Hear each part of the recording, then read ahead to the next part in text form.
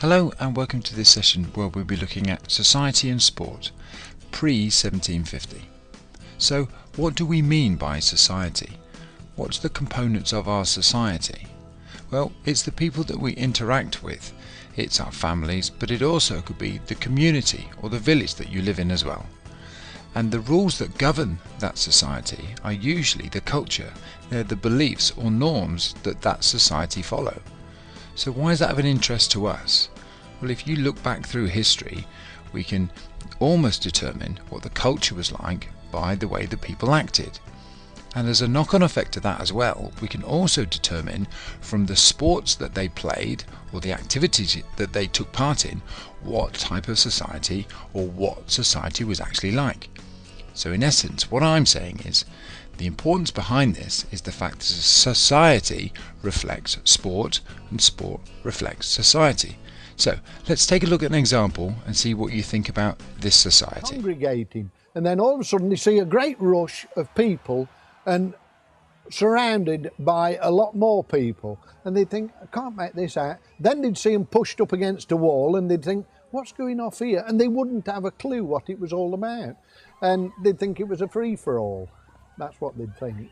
But you know, when you've been brought up round here, you know exactly what it is. So as I say, there's no rules. The only rule as I know of is bang the ball 3 times at the plinth, you know, at the goal. That's all they can do.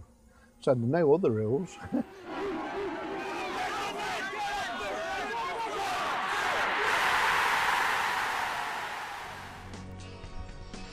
Okay, so what we had there was a really good example of what's known as mob football. Now this is a medieval football term that's quite generic for a wide variety of localized games that were invented and played, and the example that we can have is Shrovetide, which is the one that we use in Britain, but there are lots of alternatives. So if we look at the characteristics of that, we can determine what society was like for those people. So it's pretty simple, that's obvious to see, and it was done in the natural environment, so it wasn't inside a building. It's quite violent, that was relatively obvious, and relatively cruel as well, and there was more than likely going to be wagering taking place, some people putting bets on who was going to win or lose. And we can also suggest that it was local, so it stayed within a particular village or town. So if you think about that, we can determine what society is going to be like. If we think about the Romans, we could look at them, look at their sport, and then determine what their society was like. So let's look at specifically pre-industrial revolution, which we'll say for argument's sake is pre-1750. The first thing we need to do is understand who made up society. What were the social classes? And obviously we had the poor, and we also had the rich. Not in the same way that we know them today, but there were some similarities. So for the poor, the types of activities that they would have taken part in would have been relatively violent ones. They would have maybe taken part in wagering, on cockfighting, or indeed bare knuckle boxing. But for the rich, the upper class, they would take part in activities such as hunting, or even real tennis, which is one of the favoured activities of Henry VIII back in the day. Now there were some activities that the rich and poor shared, and that was what was called pedestrianism. This is where the rich would potentially wager on people walking for a long distance. And another one that were shared between the two social classes was cricket. So for the poor there were simple, cruel, violent, limited rules to their games, but for the rich there were sophisticated, written rules where wagering took part. Now for the ones that were combined there were different roles. So the rich would usually just bat, where they would get the rest of the poor to do the other activities. Now for gender, this period of time wasn't fantastic because you were considered to be the weaker sex. But there were a few activities that the poor women would take part in, and it was primarily smock racing.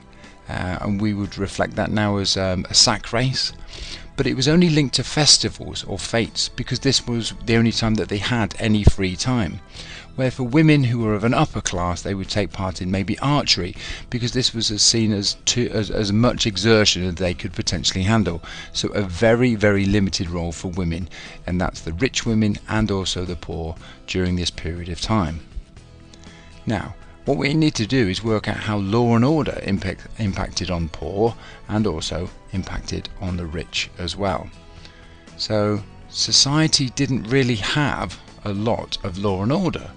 So what was able to take place was quite violent and brutal sports, and one of them being bare knuckle boxing, where fights could go on for potentially hours.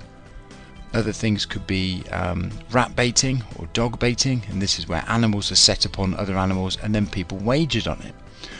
Quite famously, there is the bear baiting, where dogs were set on a bear and then people waged on who was going to win, either the dogs or the bear.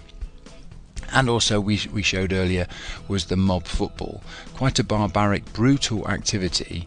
So law and order had limited or no impact on any of these sports because there was a limited amount of law and order in society at this time. So that's for the poor, but what about for the rich?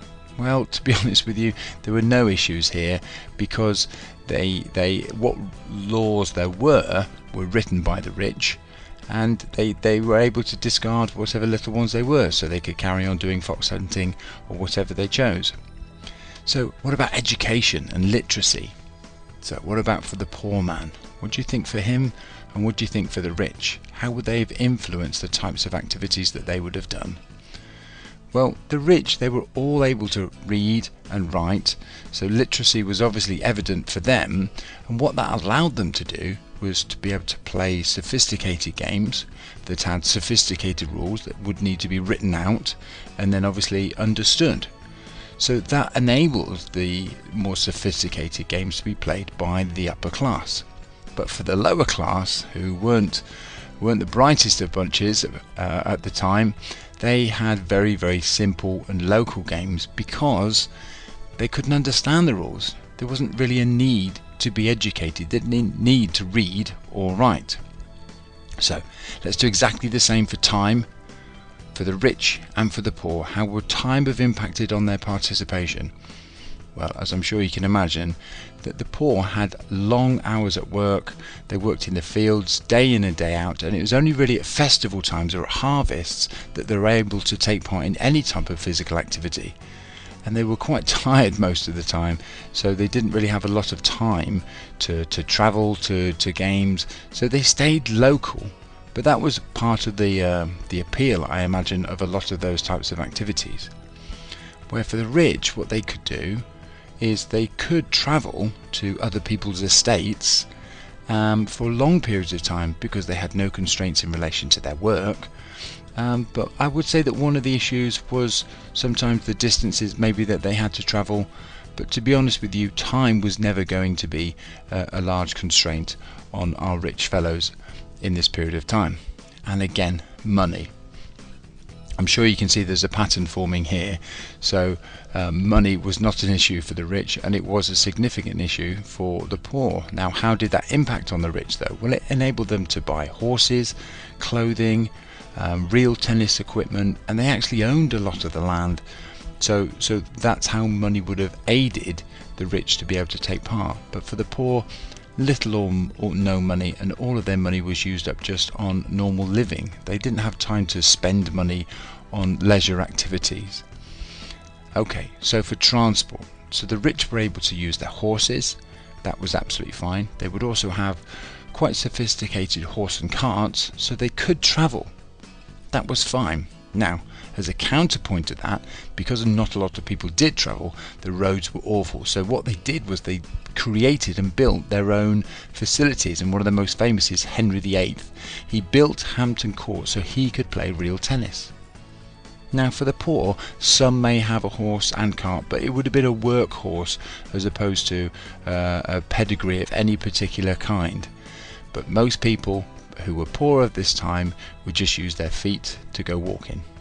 And again, how this impacted was that it kept the games local. The games developed with local variations. Okay, so what we need to do is then determine these factors as we work through this period of time. So when was it? Pre-industrial revolution, obviously. Now, who was society made up of? And we now know that it was the rich and the poor. So for the genders, how did the gender have a role within sports at that particular time? And you need to do that for both strands of society. And law and order, how did law and order influence the participation of these two components of society? Education, again, what was the influence for the rich and for the poor? Do the same for time, money and transport. Okay, so if you cover each one of those components, you're guaranteed to be able to move forwards with your understanding and also score well on the exam. So you need to move from I don't know this to I know this but I need some examples. And then eventually you should end up with I know this and I can give examples as well. So that's where you want to get to, that's your end game. Okay, thanks very much for using FlipTeach.